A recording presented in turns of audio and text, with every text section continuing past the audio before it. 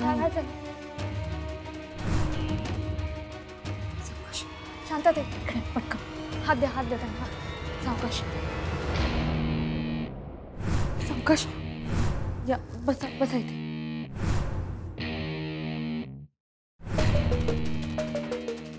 बसा. सावकाश द्या.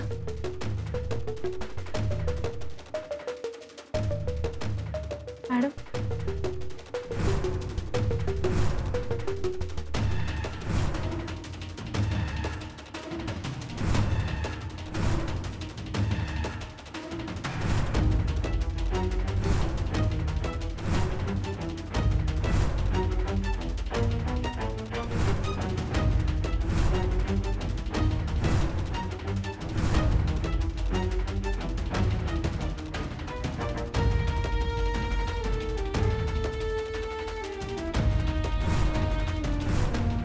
असं का बघताय माझ्याकडे? ओळखलं नाहीत का मला?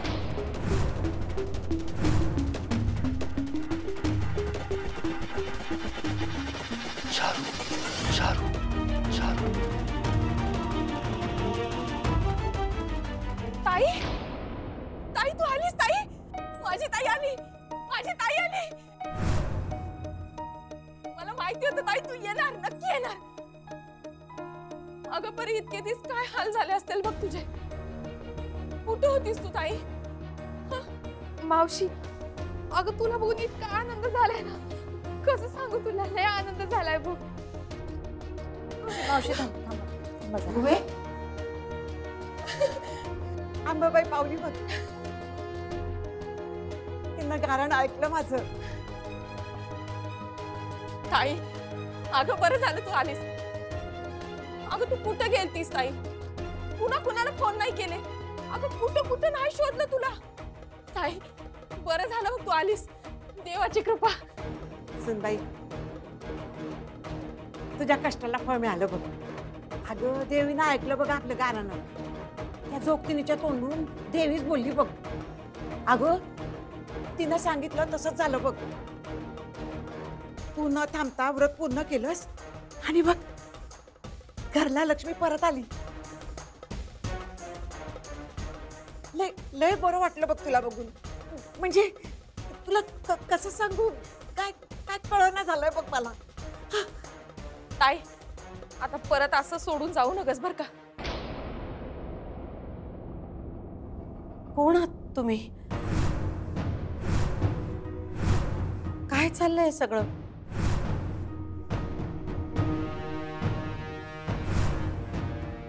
कोण आहे ते?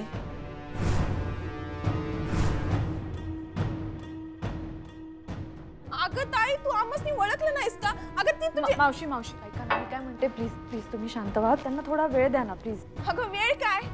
ए ताई, अगं ऐक की, अशी उगाच चेष्टा करू नकोस बर का. बोल की. मी तुझी बहीण आहे दुर्गेश्वरी. हे बघ ताई, सरळ सांगा बसनी घराबाहेर जा म्हणून. अरे असं ओळख दाखवायची नाही, असं काय भी करू नकोस बर का. अगं ताई, मी दुर्गी तुझी बहीण आहे. अगं तुझ्या वाट्याला डोळे लावून बसलो होतो ग. आणि तू आल्यावर आम्हाला ओळख बी देना झाल्यास. अगं ताई, तू मला सांग, अशी लंकेची पार्वती का बनून आलीस? अगं तुला तर दागिन्याची केवढी आवड होती. तुझे दागिने कुठे आहेत? आणि हे काय? कसली साडी आहे? अगं काटापदराची साडी आवडते तुला. ही कसली साडी नेसून आलीस? आणि त्यो चापून चुकून आंबाडा तो कुठं आहे? ताई, अगं बोल की. हे असं एकदम शिकल्या सवरल्यावानी का वाटायलीस तू? हा, एवढा काय बदल झालाय तुझ्यात असा? अगं ही आई तुझी आत्या मी भन तिच्यांची काय बी ओळखत नाहीस? अगं बोल की. भुवे, बस झाली हो तुझी नाटकं. अगं लय थट्टा करू नगस. हा मावशी, अगं तू असं का करायलीस? म्हणजे मॅच होते की तुला अडवाया? अगं अगं भुवे मी तुझी आई आहे. अगं मावशी मी भाची आहे की तुझी. मावशी आठव की असं काय करते आम्हाला कसं काय विसरू शकते. मम्मी सांगे आजी सांग ना तू. अगं ताई मी तुझी बहीण दुर्गेश्वरी. तू का वळकणं झाली. अगं मी आई तुझी. तुझी आई आहे मी तुझी बहीण. बस करा बस करा.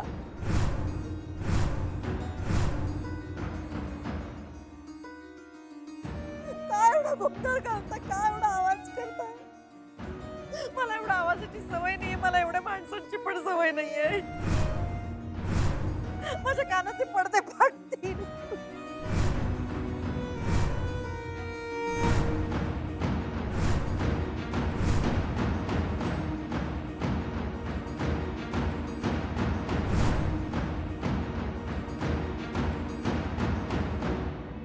अख्खं कोल्हापूर पिंजून काढायचं. कागल इकडं हातकणंगले गगन बावडा पाक इकडे बेळगाव पतूर. एक आणि एक गाव पिंजून काढा. तुम्हाला परत एकदा सांगतोय, तुम्हाला आजूबाजूच्या एरियाची चांगली माहिती आहे म्हणताना ही जबाबदारी तुमच्यावर सोपवतोय. हा तुमच्या माणसांनी कामाला लावा. बिलकुल हायगाई करू नका. आमच्या आई साहेब लवकरात लवकर सापडले पाहिजे. ए फोटो दिलास काय? हो मोबाईलवर फोटो पाठवले. शाबास. फोटो दाखवून माणसांनी विचारा. कंटाळा करू नका. कामात बिलकुल कुचराई करू नका. जे काय खर्च पाण्याचे तुमचे पैसे असतील ओंकार त्यासनी देऊन टाक. काय काळजी करू नका. काय आहे आई साहेबांचा आम्हाला फोन येऊन गेला होता पण त्याला पण आता बराच वेळ झालेला आहे.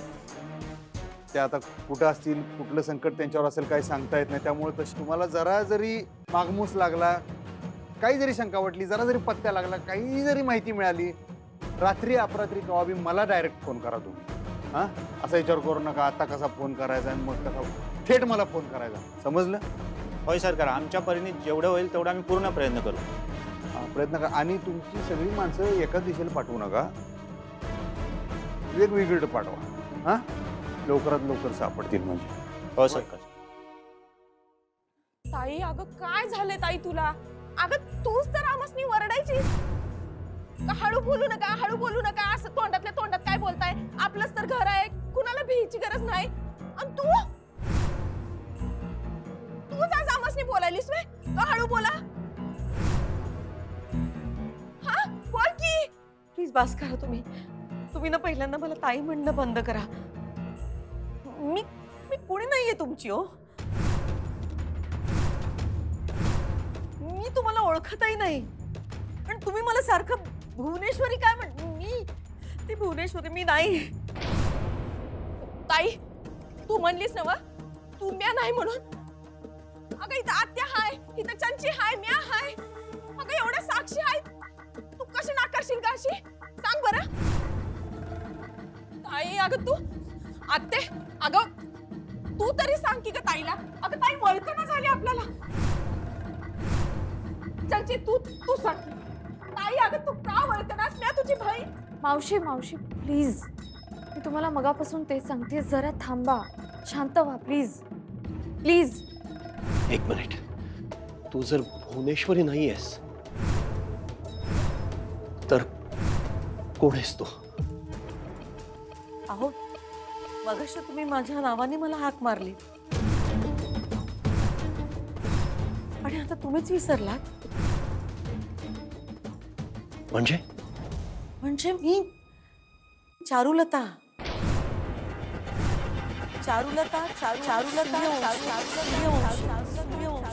तुमची बायको.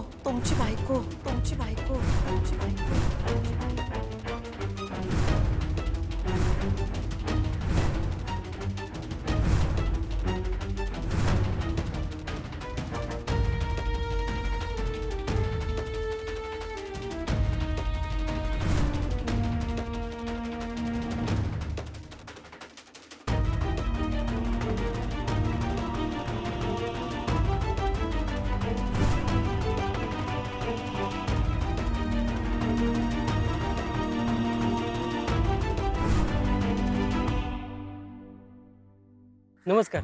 नमस्कार. बरं झालं यासनी बी बोलवून घेतलंस. आपल्या थोरल्या सरकारनं शोधायचं म्हणजे एवढं तर करायला लागणारच ना. शाबास. तुम्ही सगळे थोरल्या सरकारसनी ओळखतायत तरी फोटो संग ठेवा. हो. काही जरी पत्ता लागला तरी थेट मला कळवा. हो हो सरकार. आता वेळ घालू नका. चला निघा. ओके.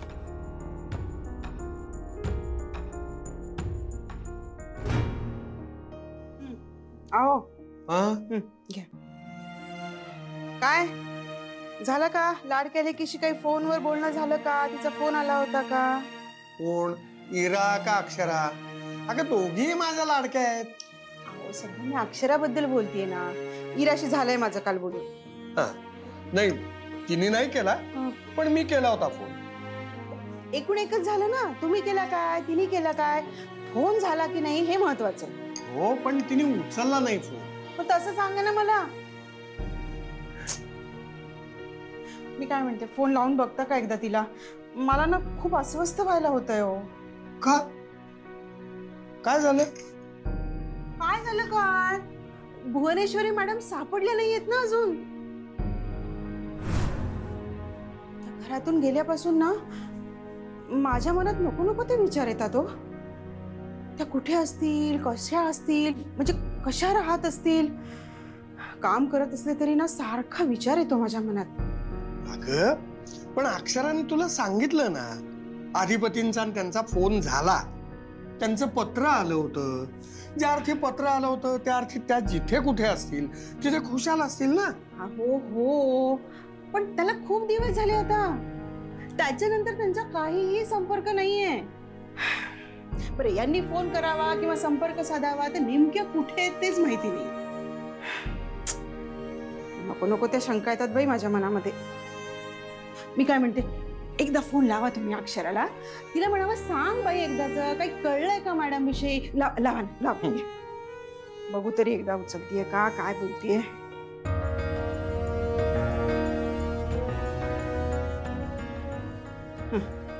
काय हो काय झालं? नाही लागला? तुम्ही असे एकदम मागे का सरकलात? असं का बघताय माझ्याकडे? अहो ओळखलं नाहीत का मला? मी चारू लथा.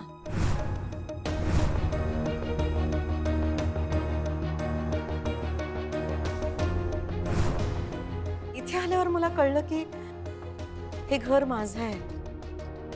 सूर्यवंशींचं घर आहे. इथे येईपर्यंत मला काहीही कल्पना नव्हती किती बदल झाला या घरात. बाहेर आपण ती एवढीशी रोपं लावली होती, त्याची एवढी मोठी झाडं झाली आहेत. खरं तर पटकन ओळखता आलं नसतं, पण काही काही गोष्टींमुळे ओळखता आलं. आणि हे सगळं ह्या मुलीमुळे झालंय. अक्षरा, तुझे आभार कसे मानू ग मी? कित्येक दिवस मी माझं घर शोधत होते, पण काहीच आठवेना मला. ना घर, ना पत्ता, ना रस्ता. किती बदललंय हे शहर. जणू काही मी माझी ओळखच विसरून गेले होते. अक्षरा, तुझ्यामुळे मला माझी ओळख परत मिळाली आणि माझं घरही.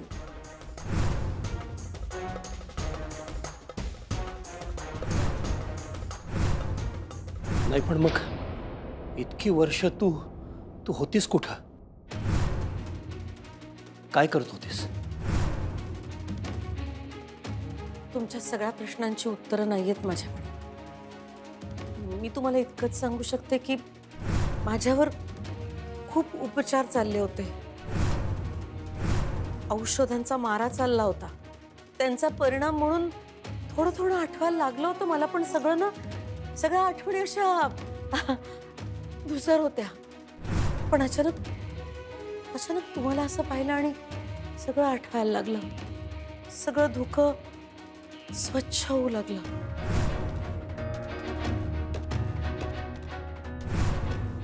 नाही, हे शक्य नाही अक्षरा. ही चारू असूच शकत नाही. कशी असेल? मी माझ्या हाताने चारूला अग्नीत.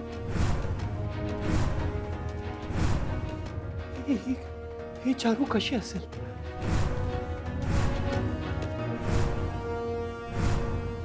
असं काय करताय तुम्ही? तुम्हाला काही आठवत नाहीये का आपली पहिली भेट? आठवते तुम्हाला? आपल्या एका कॉमन फ्रेंडच्या लग्नात आपली पहिली भेट झाली होती. आणि त्या पहिल्या भेटीतच आपल्या दोघांमध्ये काहीतरी कनेक्शन आहे असं आपल्या दोघांनाही वाटलं होतं. फार बोललो नव्हतो आपण एकमेकांशी, पण ओळख मात्र झाली. आणि त्यानंतर आपण भेटलो ते देवीच्या देवळात. मी दर मंगळवारी आणि शुक्रवारी देवळात जायचेच. बहुतेक तुम्हाला हे माहित होतं आणि तुम्ही सुद्धा मुद्दामूनच मला भेटायला आलात. अजूनही आठवतोय मला तो दिवस. त्या दिवशी तुम्ही आकाशी रंगाचा कुर्ता घातला होता आणि गंमत म्हणजे मीही आकाशी रंगाची साडी नेसली होती.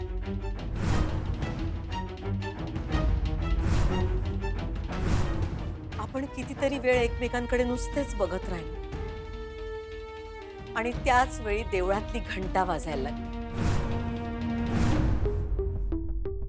त्यात आपल्या दोघांमध्ये आणखीन एक गोष्ट कॉमन म्हणजे संगीत. मला गाण्याची आवड होती आणि तुम्हाला सतार वाजवायची आणि या सुरांच्या धाग्यांनी आपली गाठ घट्ट बांधली गेली.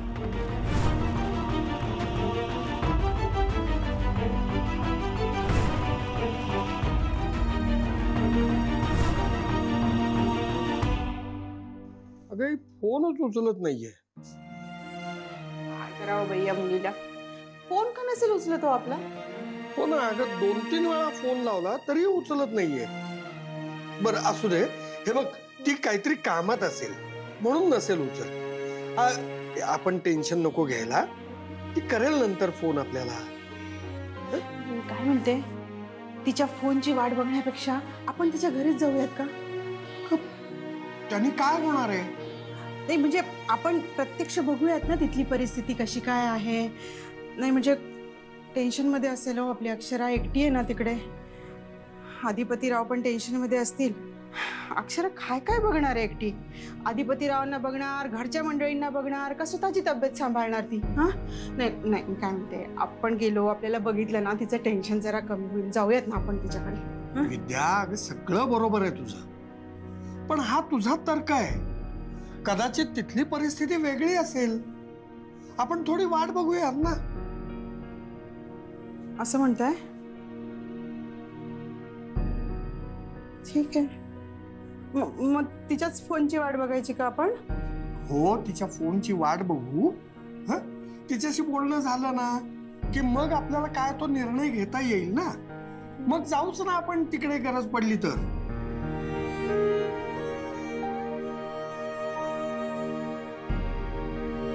तुम्ही म्हणता तर तसं करू. काय हो, आता कुठे पोरीचा संसार सुखाचा सुरू होता, सुरळीत सुरू होता. नवीन संकट येऊन उभं राहिलं.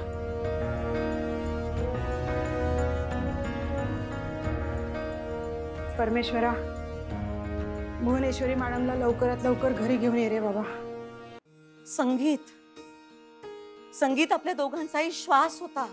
त्याच्या जोडीने शिक्षण, साहित्य याची पण आपल्या दोघांना आवड होती आणि या आवडीनिवडींमुळेच आपले विचारही जुळले. आपण ज्या ज्या वेळेस भेटलो, जे जे बोललो, जी काही विचारांची देवाणघेवाण झाली ती आपल्या दोघांनाही आवडायला लागली. बुद्धीने, मनाने आपण एकमेकांशी जोडले गेलो. आठवतंय ना तुम्हाला? का हेही विसरलात?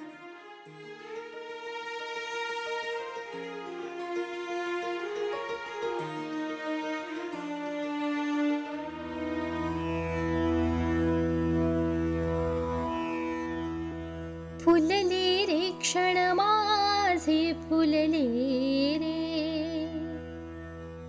फुलले रे क्षण माझे फुलले रे. मेंदीने हो शकुनाच्या, शकुनाच्या मेंदीने सजले रे क्षण माझे सजले रे. फुलले रे क्षण माझे फुलले रे.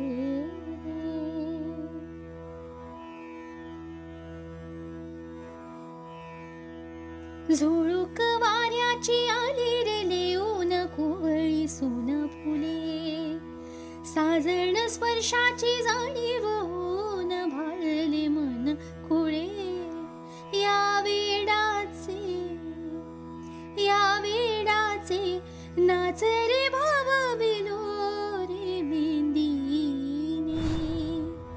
शकुनाच्या मेदिनी. बाबा हं?